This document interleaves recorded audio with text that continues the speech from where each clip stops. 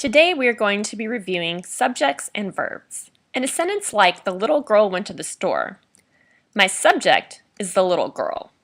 My verb is went. When I'm talking about a subject, I'm talking about the noun that tells who or what the sentence is about, as well as all words that are modifying the noun. So in this case, girl is the noun of my sentence. She's the one who went to the store, and that's what the sentence is about. However, the and little are both modifying girl, so the little girl is my subject. If you're having trouble finding the subject, you might try using the noun test. To do the noun test, you simply use your name and make it possessive, and then try the word that you suspect might be a noun. So for example, if your name is Kelly, let's try the word cat. Kelly's cat. That makes sense, so cat is definitely a noun. Let's try memory. Kelly's memory. Memory is a noun. Let's try situation. Kelly's situation. Situation is a noun. Let's try go. Kelly's go. That one doesn't make sense. Go is not a noun. How about ran? Kelly's ran.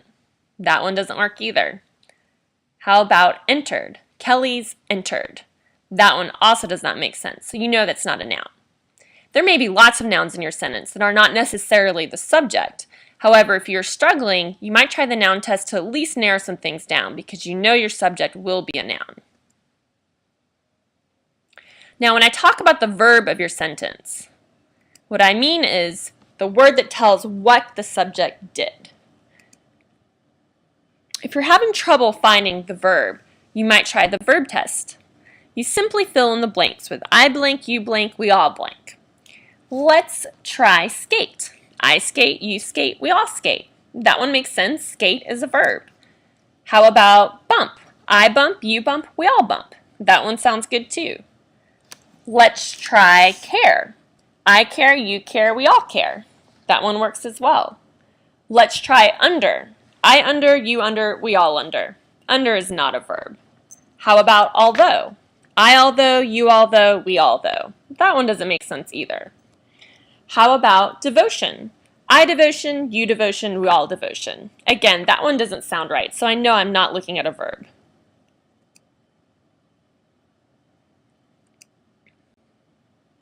Let's practice finding these subjects and these verbs in our sentences. Look at this example. A sneaky rat named Scratch was pilfering food from the pantry. My subject is a sneaky rat named Scratch. The rat is my noun, and then a, sneaky, and name Scratch are all giving more information about the word rat. So that whole thing is my subject. Was pilfering is the action of the sentence. That's what this rat is doing. So that is my verb.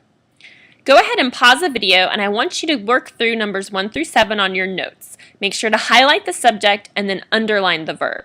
Once you've finished, unpause the video and we'll go over it together.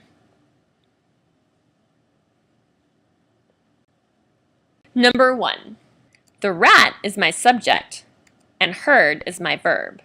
Number 2, Scratch is my subject and bolted is my verb. Number 3, Captain Meow the black tomcat. That entire thing is my subject because the black tomcat is in a positive, giving me more information about Captain Meow. And my verb is raced. Number 4, my subject is the brown rat and my verb is scurried.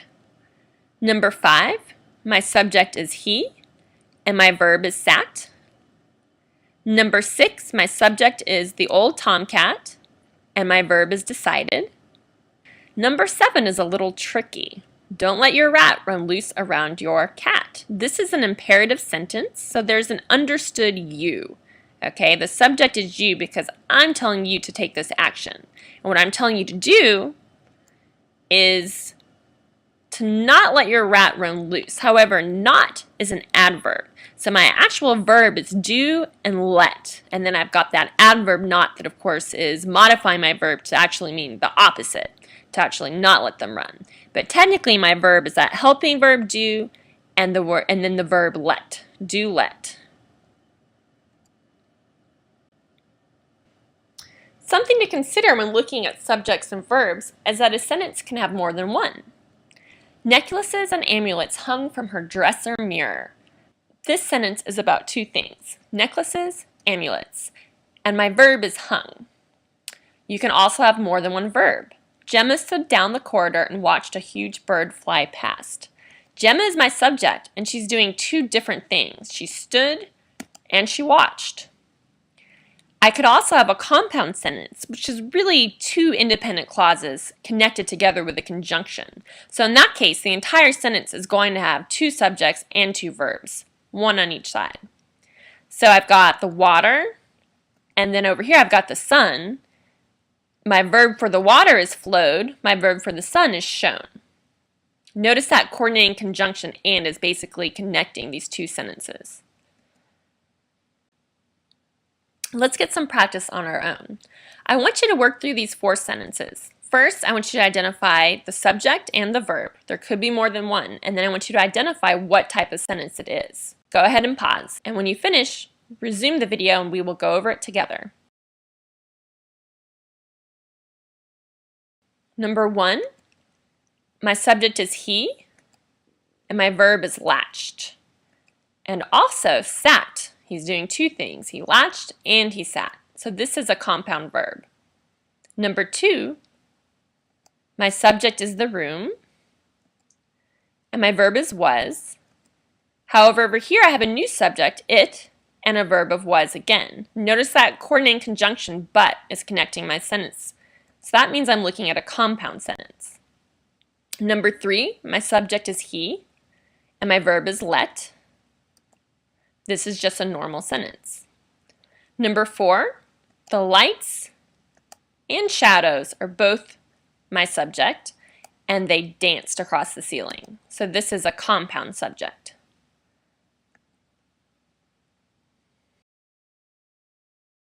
Another important thing to pay attention to is subject-verb agreement. Sometimes this is easy because we can hear it. If we have a plural subject, we usually automatically know what kind of verb goes with it versus a singular subject. But sometimes it's not quite that easy, so we're going to look at some tricky situations. All of the pies is gone, or all of the pies are gone. Words like all of, majority of, some of, part of, none of, you want to look at the object of the preposition to determine the verb tense. So in this case, the object of my preposition is pies. So ask yourself, would I say pies is gone or pies are gone? We would say are. This one's a little trickier. A bouquet of yellow roses add color to the room, or a bouquet of yellow roses adds color to the room. They both sound okay, but we need to pay attention to our subject. In this case, the subject is bouquet. Don't let this prepositional phrase fool you, of yellow roses. So let's ignore that prepositional phrase. A bouquet adds color to the room, or a bouquet adds color to the room. This time, it's much easier for me to hear which verb I need to use. Adds. Jessica, along with Kevin, is coming over after dinner, or Jessica, along with Kevin, are coming over after dinner. This one's a little confusing because I am talking about more than one person coming over. However, you want to ignore phrases like along with, as well as, besides, or not that separate your subject from your verb. So just take out everything that's inside the commas, along with Kevin, and now try it. Jessica is coming over after dinner, or Jessica are coming over after dinner. Now the choice is easy. It needs to be is. Each of the girls sing well, or each of the girls sings well. This one's a little harder. Pronouns such as each, everyone, everybody, anyone, anybody, someone, and somebody are all singular. So again, it's a little bit easier if we take out that prepositional phrase. Would I say each sing well or each sings well? This time, it's easier to hear which verb we need. Neither and either are both singular. This one's a little bit harder when you take out the prepositional phrase. Neither is available on Saturday, neither are available on Saturday. It's not as easy to hear. So you might try putting in something like one. Ask yourself, would you say one is available on Saturday or one are available on Saturday? Then it's a little bit easier to realize that you need is, keeping in mind that neither and either are both singular. So remember, your subject is the noun that your sentence is about. The little girl is the one who's going to the store. And then your verb is the action that that noun takes. Went is my verb in this case. Remember that verbs and nouns can be all over the rest of your sentence, functioning in different ways. Nouns could be, like in this case, store, the object of a prepositional phrase. You could have verbs acting as gerunds or participles. So sometimes it's really important to kind of parse out exactly which verb is showing your action and which noun is really the subject.